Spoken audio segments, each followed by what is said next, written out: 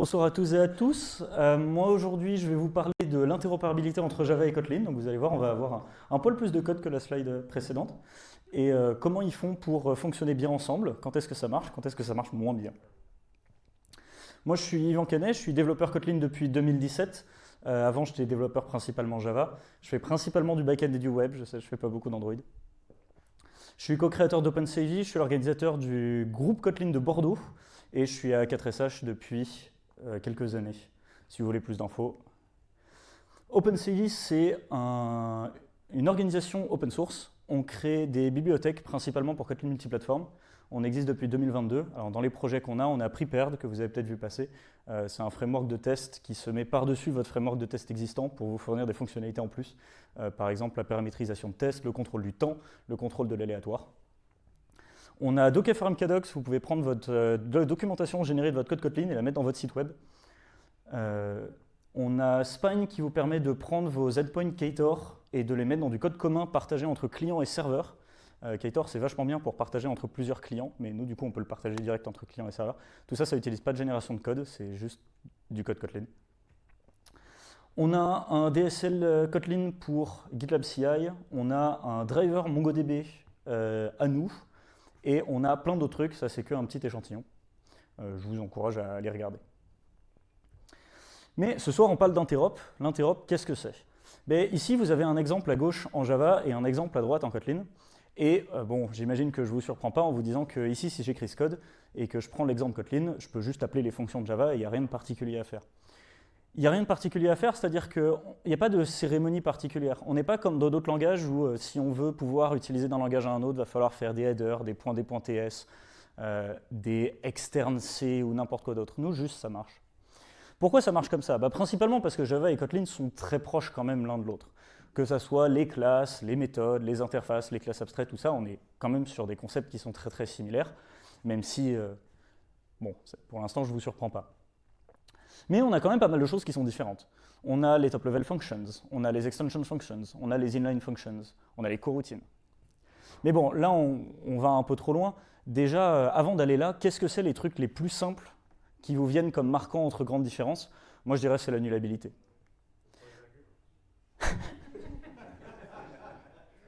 J'ai pas de slide sur le point virgule. La nullabilité. Alors là, à gauche, j'ai du code en Java qui renvoie un string. String est un reference type. En Java, sur la JVM, ça peut être nul, ou peut-être pas. On ne sait pas, et ici, ça renvoie nul. À droite, on a une classe en Kotlin, on récupère le truc. Et ce qui m'intéresse, c'est surtout le type qu'on a écrit.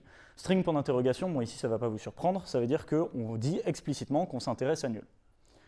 Qu'est-ce qui se passe ici? Du coup, le compilateur Kotlin, il est très content, on lui a dit que nul était autorisé, et bon, il ne sait pas si ça peut être nul, mais bon, nul c'est autorisé, donc il va dire que, et donc ici, on va bien évidemment println nul. Qu'est-ce qui se passe si on fait ça? Déjà, ça compile. Le fait qu'ici, on dise, non, mais c'est un string non nullable. Nul, c'est pas autorisé. Mais vous voyez bien que, à l'exécution, il va y avoir nul. Ce code ne va pas print nul. Ce code va péter une NPE. Ici, le compilateur, il ne vous a pas dit, vous lui avez dit, je veux que ça soit un string non nul. Le compilateur vous a dit, ok, j'ai noté, tu veux que ça soit un string non nul. Le compilateur a rajouté un if. Donc là, ici, le compilateur, directement à la création de la variable, il a rajouté un test pour vérifier que c'est effectivement non nul. Donc ce n'est pas possible que le nul se propage plus loin dans votre algorithme. Qu'est-ce qui se passe si je ne mets pas de type du tout? On pourrait se dire, le compilateur, il va décider, alors il pourrait décider c'est un string non nul, mais bon c'est dangereux parce qu'on ne sait pas, on pourrait décider que c'est un string nullable. Non, il y a une troisième option dans le compilateur, il a un troisième type qui est le string point d'exclamation, que vous n'avez pas le droit d'écrire, mais que le compilateur a le droit de décider que c'est ça. String point d'exclamation, c'est le compilateur qui dit je ne sais pas, sauf que si je t'obligeais à gérer la nullabilité, ça serait embêtant parce qu'on utilise beaucoup de fonctions qui viennent de Java, donc je vais te laisser faire et on va voir ce qui se passe. Mais il n'a pas tant que ça confiance non plus. Ici, on appelle une fonction qui est println. Println accepte la nullabilité. Donc ici, le compilateur va tout simplement laisser passer le nul sans problème. Si on appelait une fonction qui n'acceptait pas la nullabilité, le compilateur rajouterait un test de nullabilité à l'appel de la fonction. Et donc il ne nous laisserait pas appeler la fonction sans vérifier lui-même si c'est nul ou pas. Et donc le nul ne peut pas se propager. Et qu'est-ce qui se passe si Java fait une promesse? Là, Java, il a mis une annotation not null, et donc Java, il nous dit non, mais cette fonction, elle ne peut jamais renvoyer nul. Mais bon, vous voyez bien qu'elle va le faire. Là, le compilateur, il fait complètement confiance. Donc là, le compilateur fait absolument complètement confiance sur le fait que cette fonction ne renverra jamais nul et n'a mis aucune vérification au runtime, rien du tout. Entre autres, ce que ça veut dire, c'est que ici, bon, j'appelle println qui est capable de gérer nul. Si vous appeliez une fonction qui n'est pas capable de gérer la nullabilité, le nul passera à travers. Et donc le nul pourrait se propager plus loin dans votre code. Donc faites attention si vous utilisez des libs, etc. qui viennent de Java, sachez que le compilateur n'est pas capable de vérifier que les annotations que vous avez mises sont correctes, mais il y fait 100% confiance. Dans l'autre sens, ici, côté Kotlin, on déclare une fonction qui prend un string non nul, donc on n'autorise pas la nullabilité. Et pourtant, Java, il ne sait pas qu'on n'autorise pas la nullabilité, donc il le met. Bon, évidemment, dans IntelliJ, vous aurez un warning. Mais ce code, il compile très bien. Qu'est-ce qui va se passer à l'exécution?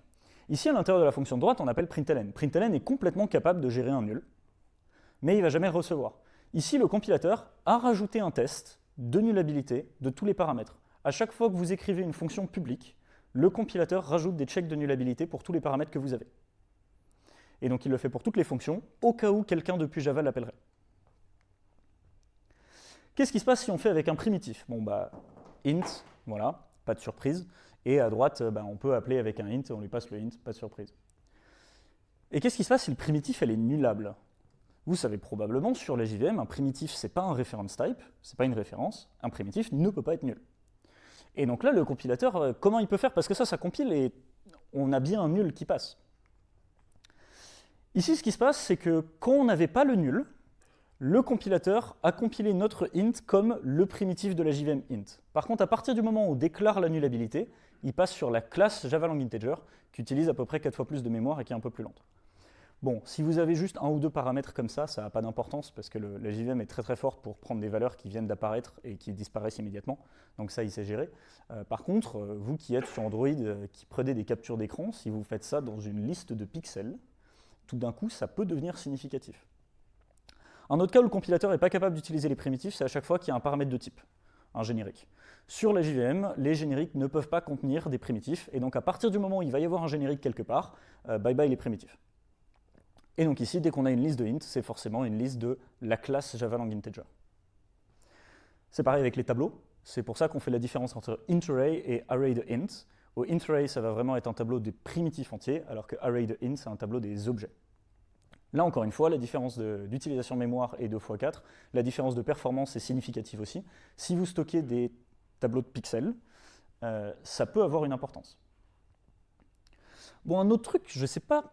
jusque-là, je ne suis pas sûr de vous avoir appris grand-chose, mais est-ce que vous vous êtes déjà demandé pourquoi est-ce que... en Java, on a void, et void, c'est pas un truc. Enfin, void, c'est un concept du langage, c'est spécifique à Java, mais à l'exécution, ça ne veut rien dire, il n'y a pas void dans vos variables. Et à droite, par contre, au Kotlin, on a un truc qui s'appelle unit. Et unit, c'est pas un truc spécial. Unit, c'est un objet, voilà, il ressemble à ça dans la lib standard. Il n'est pas spécial. Le seul truc qu'il a de spécial, c'est que le compilateur le rajoute un peu quand il en a envie, et il le met tout seul sans vous le dire. Mais sinon, c'est juste un objet. Il n'a pas de sens magique au niveau du design du language. Pourquoi on a fait comme ça? C'est à cause des génériques, encore une fois. En Java, le void est quelque chose qui est très différent d'une valeur. Void ne peut pas être dans un générique. Et donc, en Java, dès que vous voulez des lambda ou etc., il va vous falloir deux variantes de toutes les interfaces que vous avez. Une qui renvoie void, une qui renvoie un générique, parce que vous ne pouvez pas avoir une seule interface qui fait les deux. En Kotlin, vu que c'est juste un objet, on peut. Du coup, ça permet d'éliminer énormément de différences dans la bibliothèque standard qu'il y aurait eu sinon, parce qu'il aurait fallu avoir toutes les fonctions qui ont les deux versions, alors que là, du coup, non, il n'y en a pas besoin. Bon, alors du coup, en Kotlin, on a une syntaxe sympa pour les lambdas, mais sur les JVM, les lambdas, c'est forcément des interfaces, donc en fait, c'est une interface. Alors, c'est pas exactement kfunction qui est utilisé, mais voilà, c'est pour vous montrer que c'est vraiment des génériques à l'arrière. Bon, tout ça, c'est très bien. Par contre, votre lambda en Kotlin, quand vous voulez l'appeler depuis du Java, il y a un type de retour, et Java, il ne sait pas que unit, c'est un type de retour qu'il a le droit de mettre magiquement, et donc Java, il va vous forcer à écrire return unit.instance. Si vous faites une lib en Kotlin et que vous voulez la faire utiliser par des développeurs Java, ils ne vont pas trouver ça drôle. Un truc que vous pouvez faire, petite astuce, vous savez que en Java, tous les lambdas, c'est déclaré avec des interfaces. En fait, nous, en Kotlin, on peut aussi déclarer tous les lambdas avec des interfaces si on en a envie, avec des fun interfaces. Si on déclare le lambda avec une fun interface, il n'y a pas besoin du return unit. Pourquoi? Encore une fois, c'est à cause des tas de paramètres. Un lambda normal, c'est généré en une interface qui prend des génériques, et c'est comme ça que c'est compilé.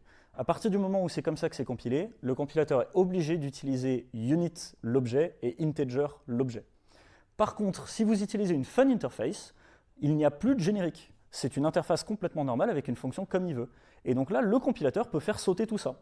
Et donc là, le compilateur va être capable de générer une fonction qui prend réellement un entier int en paramètre primitif et qui a le type de retour void sur la JVM.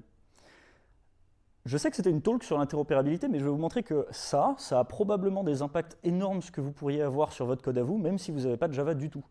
Parce que ça, si vous voulez faire un événement, truc classique, vous filtrez des pixels, vous faites des diffs sur des images, vous voulez stocker des images, vous voulez compter le nombre d'octets qui se passe dans votre requête réseau pour pouvoir afficher un temps de chargement. Mais ça, la différence de perf que vous allez avoir en remplaçant tous vos callbacks de lambda de Kotlin à des fun interfaces peut être énorme parce que là, vous n'avez plus besoin d'allocation, vous n'avez plus besoin de boxer tous les paramètres que vous passez. Bon, en pratique, la majorité du temps, ça n'a pas une grosse importance, mais vous avez potentiellement un cas comme ça dans votre path. Bon, les fonctions.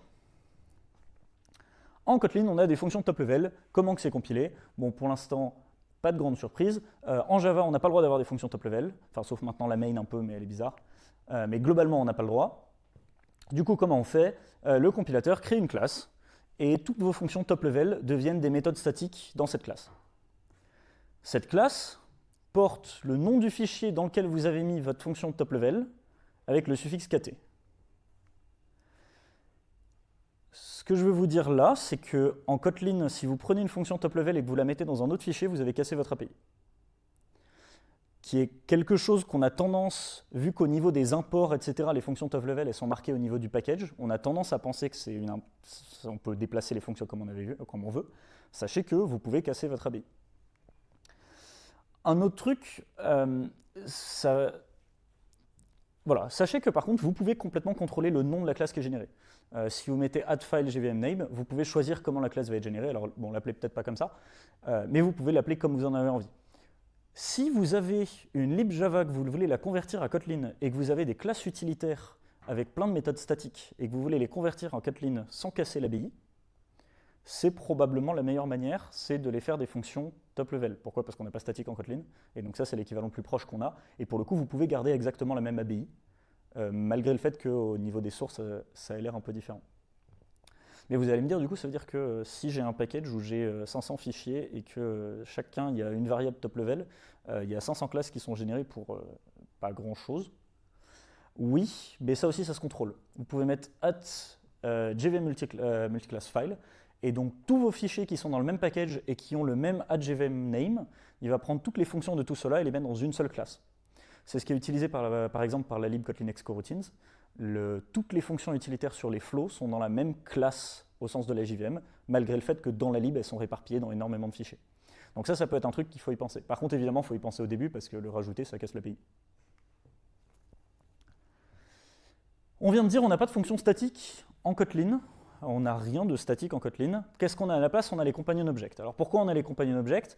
Parce que statique, c'est un peu un hack de language design. C'est de mettre des méthodes, mais dans un truc qui est orienté objet, on met des méthodes, mais c'est pas dans l'objet, c'est dans autre chose. Et puis il n'y a plus d'héritage, enfin, ça ne correspond pas vraiment à l'orienté objet. L'object, c'est une classe à proprement parler. L'object, il peut hériter d'interface. On peut faire ce qu'on veut avec. Et donc c'est pour ça qu'en Kotlin, on a plutôt des objects. Maintenant, si vous voulez avoir une fonction qui est statique pour votre utilisateur Java, ce n'est pas exactement ça. Parce que ça, après la compilation, donc ça devient une classe où dedans il y a un static final companion, ou avec dedans une static final class qui est la classe intérieure qui est le compagnon. Vous pouvez choisir son nom elle aussi, qui a un constructeur privé et la méthode elle est là. Et donc là, pour vos utilisateurs Java, il faut qu'ils fassent le nom de votre classe .companion.hello. Bon, vos utilisateurs Java, ils ne vont pas trouver ça très très fun. Qu'est-ce qu'on peut faire? Bon, déjà, il y a une petite annotation @jvmstatic. La notation @jvmstatic, elle va générer une méthode statique de plus pour vos utilisateurs Java pour leur faciliter la vie. Notez que ça n'a absolument pas changé la manière dont la fonction hello était compilée. La fonction hello est toujours dans l'objet en bas, c'est juste que maintenant on a juste une fonction utilitaire pour pas écrire point compagnon à chaque fois. C'est tout ce que ça fait. Qu'est-ce qu'on fait si on fait pareil avec un attribut? Donc si on fait pareil avec une propriété, on la met dans le companion object. Vous voyez que là, par contre, la propriété, elle n'est pas dans le companion object, elle est directement en statique sur la classe. Je ne sais pas pourquoi c'est comme ça, j'imagine que c'est une raison de performance. Mais par contre, ça a bien généré un getter qui lui est dans le companion object, et donc pareil, il faudrait mettre le nom de la classe .companion.legetter. Si on veut que ça soit accessible directement sans le faire, on peut aussi mettre HJVM statique, ce qui va générer un autre getter en statique dans la classe qui appelle le compagnon, qui lui-même appelle l'attribut statique. Donc fait un peu des allers-retours. Il y en a une autre qu'on peut mettre qui est rigolote, on peut mettre HJVM field. HJVM field, ça veut dire juste, non, mets pas les getters. Mets pas les getters, mets pas les setters, c'est juste un champ sur les JVM, tel quel, et donc là, du coup, ça apparaît en public static final, et c'est directement le champ, et on a enlevé tous les getters et les setters. Bon, ça, encore une fois, ça peut être pratique si vous avez une constante ou quelque chose comme ça, mais de manière générale, les getters et les setters, c'est pratique quand même. Le bloc compagnon. Alors, le bloc compagnon, il n'existe pas encore, mais bientôt. C'est une des prochaines fonctionnalités qui vont être ajoutées à Kotlin. Alors, il est encore en keep, donc le design pourrait encore changer. Globalement, ce que ça va permettre de faire, c'est qu'on va pouvoir mettre des trucs dedans et ça va devenir en one-one directement du statique sur la JVM. Et donc, on va s'éviter tous ces trucs d'annotation de HJVM statique, etc. Si vous avez un framework de test qui a besoin qu'un truc soit statique, vous pourrez juste le mettre dans le companion, dans le bloc companion, et vous n'aurez plus tous les histoires d'objets, etc. Ça a une importance au niveau d'IntelliJ. Alors, je ne me souviens plus exactement, mais ils avaient annoncé que ce changement-là, il prévoit que ça va changer de plusieurs secondes le démarrage de l'IDE. Juste parce qu'aujourd'hui, toutes les classes Kotlin, elles ont le companion object, enfin, un grand nombre de classes Kotlin, elles ont le companion object qui fait 2 classes par fichier, ce qui fait beaucoup de trucs à charger. Et donc, il prévoit que le fait de pouvoir virer tous les companion objects, ça va avoir un impact significatif sur le temps de lancement de l'application. Les paramètres par défaut. Oui, en Kotlin, on a des paramètres par défaut, donc c'est des paramètres, vous n'êtes pas obligé de les mettre. Et vous me diriez, bah, ça a l'air tout facile, hein. Qu'est-ce qu'on fait? On prend une fonction, on ne lui met pas les paramètres, et puis on met un truc en privé, statique, machin, et on met le paramètre dedans. Ouais, non, parce que si on faisait ça, imaginez que là on a une mutable list, imagine que dans la fonction, on ajoute un élément à la liste. Et bien si on a un public static final list string, là, ça voudrait dire qu'à chaque fois qu'on appelle la fonction, il se souvient des éléments qu'on a ajoutés dans l'appel précédent et ça s'accumulerait. Donc ça, non, on ne ferait absolument pas ça. Python a fait ça, mais nous, on ne ferait absolument pas ça. Nous, ce qu'on a à la place, on a une autre méthode qui s'appelle foo$default, et donc elle prend tous les mêmes paramètres que la méthode qu'on avait pris, dans l'ordre inverse, je ne sais pas pourquoi, plus elle prend le var2 qui est un entier et qui est un bit field de quels sont les champs que vous avez remplis ou pas, parce qu'on ne peut pas utiliser la nullabilité pour savoir si les champs sont remplis ou pas, parce qu'ils pourraient être nuls vos champs. Et ce n'est pas forcément la même chose qu'une valeur par défaut. Et donc on se retrouve avec toutes ces méthodes qui sont ajoutées. Côté Java, bon, cette fonction, ils ne peuvent pas la voir, ils ne peuvent pas l'appeler, donc c'est pas pratique pour eux. Donc on a une notation qui s'appelle @jvmoverloads, et donc vous pouvez le faire et ça va vous générer toutes les méthodes en n-1. Donc ça va vous générer la méthode qui a tous les arguments, la méthode qui a tous les arguments sauf le dernier, la méthode qui a tous les arguments sauf les 2 derniers, etc. Et donc à chaque fois, ce qu'elle fait, c'est qu'elle rappelle la foo$default qui a été générée en lui passant le bit field. Vous voyez, là, c'est le 3e paramètre, donc qui valait 2 ici pour lui dire que l'avant-dernier n'était pas rempli, etc. Donc vous voyez que ça fait très vite beaucoup de méthodes. Bon, les fonctions d'extension. Vous savez qu'on peut faire des fonctions d'extension, on peut rajouter des fonctions sur des objets, enfin sur des classes, mais là j'ai mis une fonction d'extension sur string, mais on est bien d'accord, on n'a pas le droit de modifier la classe string. Qu'est-ce qui se passe? C'est compilé comme une méthode statique qui prend juste le receiver en premier paramètre. C'est tout. Les fonctions d'extension, c'est purement et simplement de la syntaxe, et c'est tout. C'est vraiment juste, ça devient un paramètre, et c'est tout. Du coup, vous allez me dire, les fonctions d'extension sont compilées en statique. Non, c'est faux. Les fonctions top level sont compilées en statique. Les fonctions d'extension, elles ne sont pas obligées d'être comme ça. On a complètement le droit en Kotlin d'avoir une fonction d'extension à l'intérieur d'une interface, à l'intérieur d'une classe, ou à l'intérieur de n'importe quoi. Auquel cas, c'est compilé comme le truc qui correspond à là où on l'a compilé. Mais encore une fois, la seule différence, c'est que le receiver, c'est devenu un paramètre. Donc ici, vous voyez, on a une fonction d'extension dans une interface, ça pose aucun problème. Bon, j'imagine que pas mal de monde, vous n'avez pas vu ça dans votre code. C'est des trucs que, en général, les auteurs de lib, ils utilisent pour créer des DSL, et c'est pas trop utilisé dans du code applicatif. Les fonctions inline. Inline, c'est marrant parce que l'objectif d'inline, c'est de faire des fonctions où on peut leur passer en paramètre des lambda, sauf que le lambda, il ne nous coûte pas. Parce que normalement, un lambda, c'est une instance d'une interface, et donc il faut instantier le lambda, et ça utilise de la mémoire, etc. Et puis, ça empêche de faire des optimisations parce qu'au moment de l'appel, on ne peut pas savoir ce que c'est le contenu de la méthode. Le fait de mettre les fonctions inline, on va pouvoir mettre le bloc, et donc ça va disparaître complètement. Si on décompile ça et qu'on regarde la fonction main, la fonction do 5 times a complètement disparu, et même la fonction repeat a aussi complètement disparu, parce qu'en fait la fonction repeat elle est dans la lib standard, elle est inline elle-même. Et donc ici dans la fonction main, on se retrouve à avoir juste une boucle for normale. Parce que grâce aux fonctions inline, tout le concept de lambda, etc., ça a complètement disparu à la compilation. Et pourtant, la fonction inline, elle est quand même là. Mais pourquoi elle est là si depuis Kotlin on ne peut jamais l'appeler? Elle est là au cas où vous avez des utilisateurs Java. Vos utilisateurs Java, ils vont pouvoir l'utiliser comme si c'était une fonction tout à fait normale. Mais votre code Kotlin ne le fera jamais. Ok, mais vous allez me dire, les fonctions inline reified, c'est qu'on dit au compilateur, ok, tu vas inline la méthode, et quand tu vas inline la méthode, ce truc-là, tu me le mets en dur. Et donc ici, ça nous permet de récupérer le t2.2.class, et donc ça nous permet de récupérer le nom du paramètre de type qui nous a été passé. C'est complètement impossible sinon, parce que les paramètres de type, ça disparaît à l'exécution. Tout ça, à l'exécution, ça n'existe pas. On ne pourrait pas avoir une information sur ce que c'est le type parameter, parce qu'ils se sont fait enlever.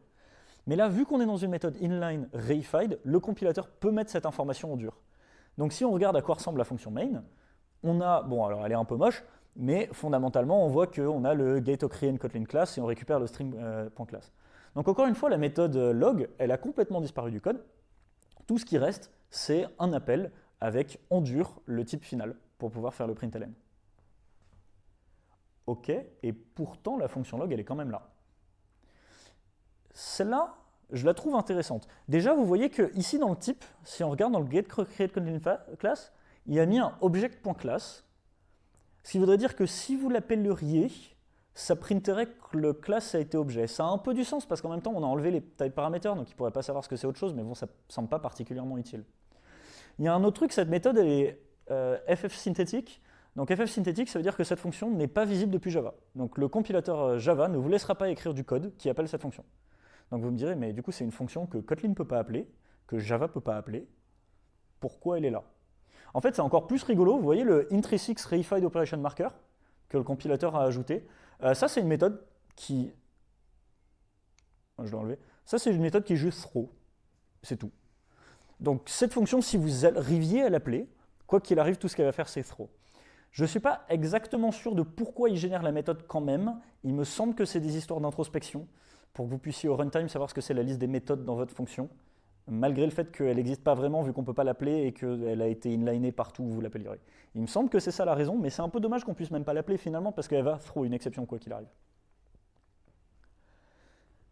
Bon, j'ai dit, il y a les méthodes synthétiques, donc vous pouvez le faire vous-même. Donc vous pouvez créer une méthode et dire « Haha, Java, t'es puni, t'as pas le droit d'appeler cette méthode ». Donc voilà, cette méthode elle est juste pas visible par le compilateur Java. Ok, qu'est-ce que vous pensez de ce code?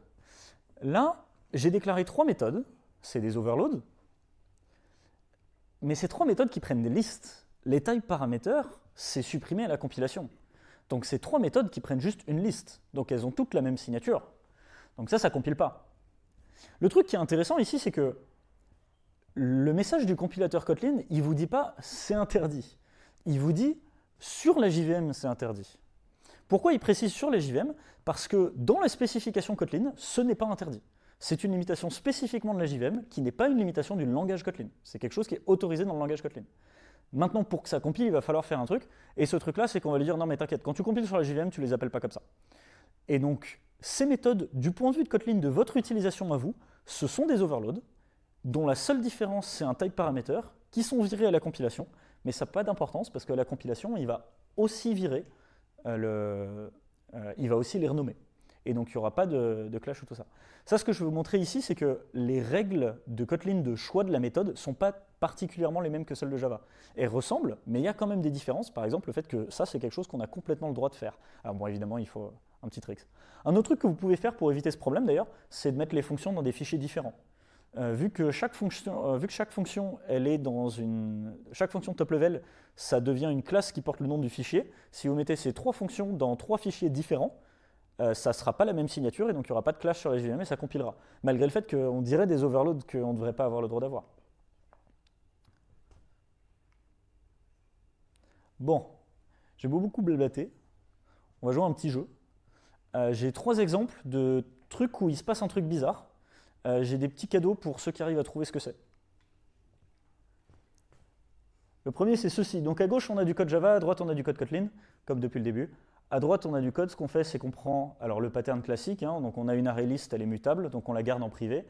Et en public, donc on donne une liste non modifiable. On a une petite fonction befriend qui nous permet de rajouter un élément. Est-ce que quelqu'un veut se lancer de c'est quoi le problème? Allez, si personne se lance, c'est pas drôle. Qu'est-ce qu'on gagne? J'ai des pins Cody avec un petit cœur et j'ai des cannelés. Ah, tout d'un coup, il y a de la motivation. Hein. Personne se lance. Tout simplement, on ne peut pas faire apprendre à LLS. Pardon? On ne peut pas faire apprendre à LLS. J'ai pas compris, pardon. On ne peut pas ajouter des objets à LLS. C'est pas mutable. Alors ici, dans la fonction befriend, on modifie celle avec le underscore, et celle avec le underscore, c'est une array list normale qui est mutable. Donc ça, c'est bon. Non, ce qui se passe ici, c'est que, ok, nous, en Kotlin, on fait la différence entre les collections mutables et les collections pas mutables. Java, il fait absolument pas la différence. Java, il en sait rien qu'on lui donne une liste qu'on n'est pas censé modifier. Ici, si vous appelez la fonction getFriends en Java et que vous faites un point add et que vous rajoutez un utilisateur, ça marche. Il n'y a absolument rien qui empêche un utilisateur Java de rajouter des trucs dans votre truc. Vous vous êtes dit gentiment, je vous ai mis un setter, appelle mon setter et je vais rajouter mes checks. Mais l'utilisateur Java, il n'y a absolument rien qui lui oblige. Parce que lui, il ne sait pas que vos listes ne sont pas mutables. Donc là, ici, il faut absolument rajouter, si vous avez des utilisateurs Java, il va falloir rajouter un collections pour un modifiable list ou un truc comme ça qui correspond. Ça, c'est pas pratique parce que ça, c'est pas dans la lib standard Kotlin, c'est que dans la JVM, donc ça, vous ne pouvez pas faire ça dans du code commun. Il y a une feature qui existe pour que le compilateur le fasse en douce et le rajoute tout le temps partout. Mais elle n'a pas l'air d'avancer beaucoup. Bon, pas de réussite sur la première question. Qu'est-ce que ça donne sur la deuxième? On a des collections synchronisées. Ah oui, alors tout de suite, je suis moins sympa là, tout de suite, les collections synchronisées. Qu'est-ce que c'est les collections synchronisées? Donc vous l'avez ici, on crée la collection. Et Synchronized Map, c'est un truc de la JVM. Donc ça va créer un wrapper sur la collection d'origine avec le mot-clé synchronized partout. Donc l'idée, c'est comme ça, toutes les opérations vont être atomiques. Ah, celle-là, elle est moins cool déjà. Allez, une hypothèse? Allez, sinon, c'est moi qui mange tous les cannelés. Hein. Et il y en a 6. Hein.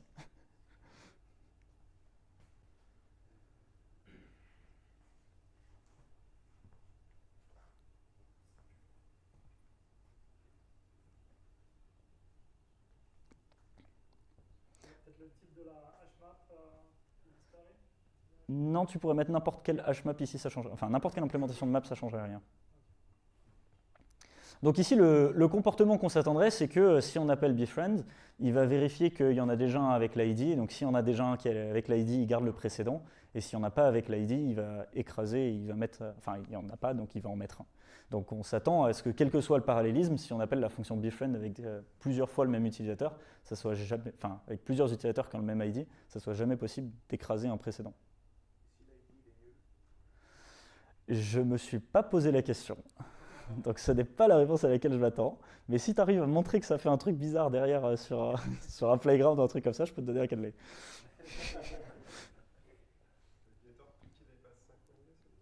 Pardon? Ouais. Ouais, le getOutput, il n'est pas synchronisé. Pourquoi? Parce que getOutput, ce n'est pas une méthode de map. getOutput, c'est une extension function. Les extension functions, on ne peut pas les override. Et donc ici, le wrapper de synchronized map qui rajoute un synchronize sur toutes les méthodes de map, ce n'est pas une méthode de map.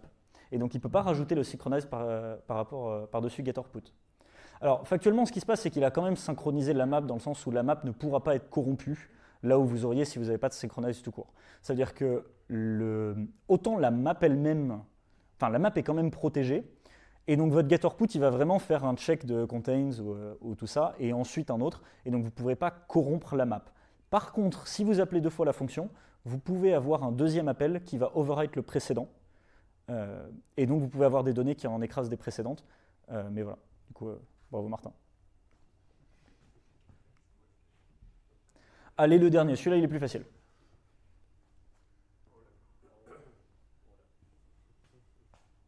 Est-ce qu'il y en a qui ont écrit du code comme ça? Est-ce qu'il y en a qui ont du code comme ça dans leur codebase? Ouais, il y en a juste 3 niveaux parce que... Si ça peut, tu peux pas avoir un enfant d'une data class, mais une data class peut avoir un parent. Contrairement au record dans Java.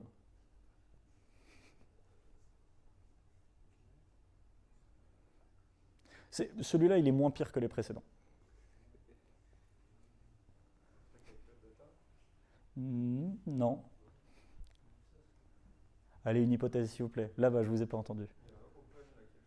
Ouais, il y a un open qui est chelou. Ce code compile. Hein.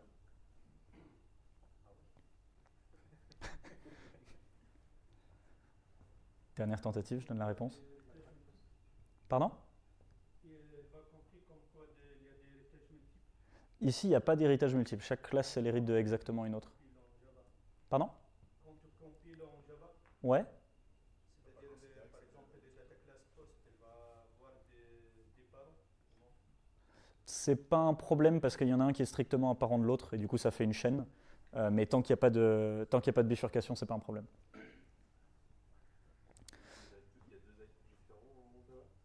Pardon? Et il y en a 3. Et ouais, le OpenVal ici, qu'est-ce que ça veut dire OpenVal? OpenVal, ça veut dire on prend la classe abstraite et donc on lui met un champ privé et on lui met un getter. Et vous l'overridez. Donc la classe en dessous, c'est une classe qui s'appelle AbstractPost et donc elle hérite de AbstractPost et donc elle a son champ privé ID et elle a un getter qui l'override. Et en dessous, donc voilà, ça ici, vous avez 3 fois le champ ID dans chacun de vos objets. Alors, vous allez me dire, ça arrive jamais. Je l'ai vu en prod avec 6 de profondeur et les ID n'étaient pas les mêmes. Sur le même objet. Là, c'est pas possible d'avoir des ID différents quand même. Ça dépend comment tu construis tes objets. Avec ce code tel quel, je pense pas que ça le soit. Mais par exemple, s'il y en a n'importe lequel dans la hiérarchie qui est var, tout d'un coup, ça devient possible. Et donc en théorie, tu peux modifier que celui qui est tout en bas de la hiérarchie, parce que tous les getters et tous les setters vont s'overrider, donc il n'y a que celui qui est tout en bas de la chaîne qui impacte. Et du coup, tu vas avoir tous ceux qui sont précédents, qui sont des valeurs précédentes, jusqu'à ce que tu fasses de la désérialisation avec Jackson ou une autre lib qui utilise la réflexion, parce que les libs qui utilisent la réflexion, elles voient les 3 champs. Parce que les 3 champs, ils sont vraiment là. Et donc selon comment c'est codé et selon à quel point ils ont prévu un truc qu'un développeur Java ferait jamais, il peut se passer des choses. Donc ouais, la solution pour ça, c'est juste vous utilisez des interfaces à la place des abstract classes, et de manière générale, vous n'utilisez pas OpenVal. Je ne suis pas sûr de ce que c'est le use case pour OpenVal, mais partout où je l'ai vu, c'était toujours pas la bonne solution. Et puis en plus, c'est moins de code, parce qu'il n'y a pas besoin de répéter l'ID dans tous les constructeurs. Allez, de quoi on a parlé ce soir? On a parlé de la nullabilité. Attention aux annotations @notNull, le compilateur leur fait absolument confiance, quel que soit ce que c'est marqué derrière dans le code. Les primitifs et les tableaux, vous avez vu, le boxing, ça arrive très vite, principalement avec la nullabilité, mais aussi à chaque fois vous avez des type parameters. Des manières principales d'éviter ça, ça va être soit avec des méthodes inline, parce que les méthodes inline, vu qu'elles sont inlinées, il n'y a plus de type parameters, ou avec les interfaces fonctionnelles qui permettent de bypass ça, ce qui est un truc qu'en général les gens ne savent pas. Unit, pourquoi on a unit? C'est encore une fois à cause des type parameters. Donc si on ne veut pas s'embêter avec des return unit pour instance partout, on peut utiliser aussi des interfaces fonctionnelles. On a les méthodes top level d'extension et d'inline. Si vous faites attention à votre ABI, jetez un coup d'œil à file JVM name, bon bref, toutes les annotations dont j'ai parlé. On a les paramètres par défaut, vous avez vu, ça fait des trucs rigolos et ça génère 12 millions d'overloads très très vite. On a les collections, les propriétés héritées. Quelques trucs dont on n'a pas parlé, les coroutines. Alors pour une raison toute bête, vous ne pouvez pas appeler une suspend function depuis Java, donc il n'y a pas grand chose de plus à dire, vous ne pouvez juste pas. Les exceptions, je vous laisserai regarder, c'est pas très compliqué. Les propriétés, bon déjà avec le OpenVal, je pense que je vous ai montré le pire des trucs. Les value class, la doc est déjà très bien expliquée, il n'y a pas particulièrement de piège en plus que ce qui est déjà marqué dans la doc. La délégation, bon c'est assez évident. Les différences entre les objets, ouais, parce que maintenant on a object et data object et ils ne sont pas pareils. Vous savez qu'il y a une différence sur le toString. Je vous laisserai regarder, il y a aussi une différence sur l'implémentation de equals. On est en train en ce moment de discuter, oui, de equals sur les objets. En ce moment, on est en train de discuter des value objects qui vont avoir une implémentation de equals encore différente. Donc voilà, venez discuter sur l'équipe. La déconstruction et les propriétés paresseuses, l'eitinitvar que vous connaissez peut-être, l'eitinitval que vous connaissez probablement pas, mais ça va probablement arriver quand même. On m'a dit qu'il y avait des pizzas.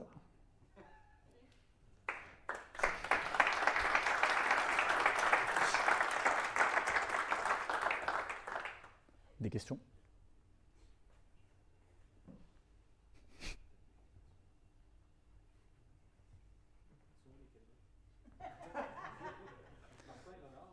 Martin, il en a un, oui.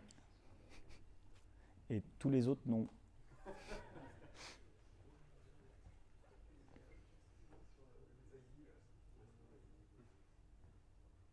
Des questions?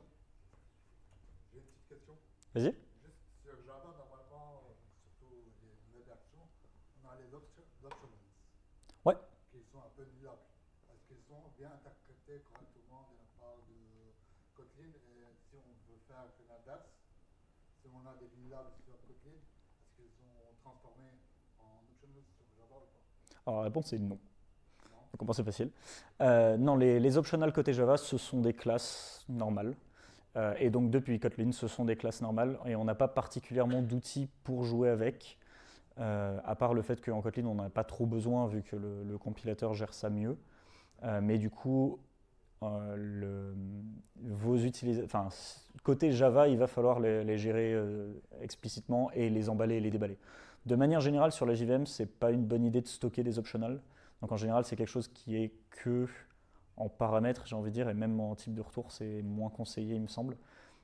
Entre autres parce que la manière dont le garbage collector de Java fonctionne, il est très très bon pour gérer les objets qui apparaissent et qui disparaissent immédiatement.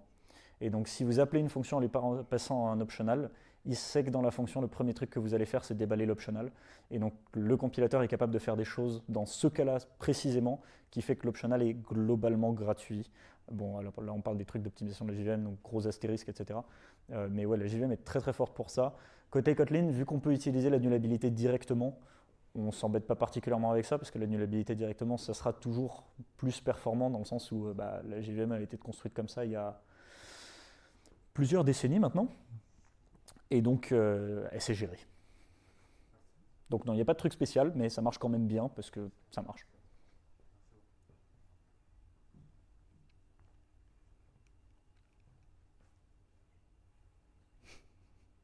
Pas de pizza, oui.